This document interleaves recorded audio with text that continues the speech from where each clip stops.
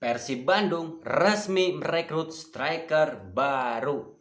Ya, secara mengejutkan di akhir bursa transfer ini, Persib berhasil memboyong pemain asal Spanyol yaitu Sergio Castel.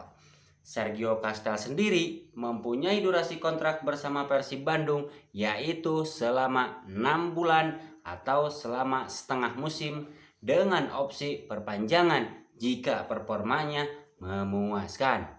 Tetapi dengan datangnya Sergio Castel ke Persib Bandung, maka salah satu pemain asing Persib harus segera dikorbankan. Karena pasalnya menurut regulasi Liga BRI Super League musim ini, satu tim hanya diperbolehkan mempunyai 11 pemain asing. Nah, kira-kira siapa pemain asing yang harus segera dikorbankan oleh Persib Bandung? Silakan bobotoh tulis di kolom komentar.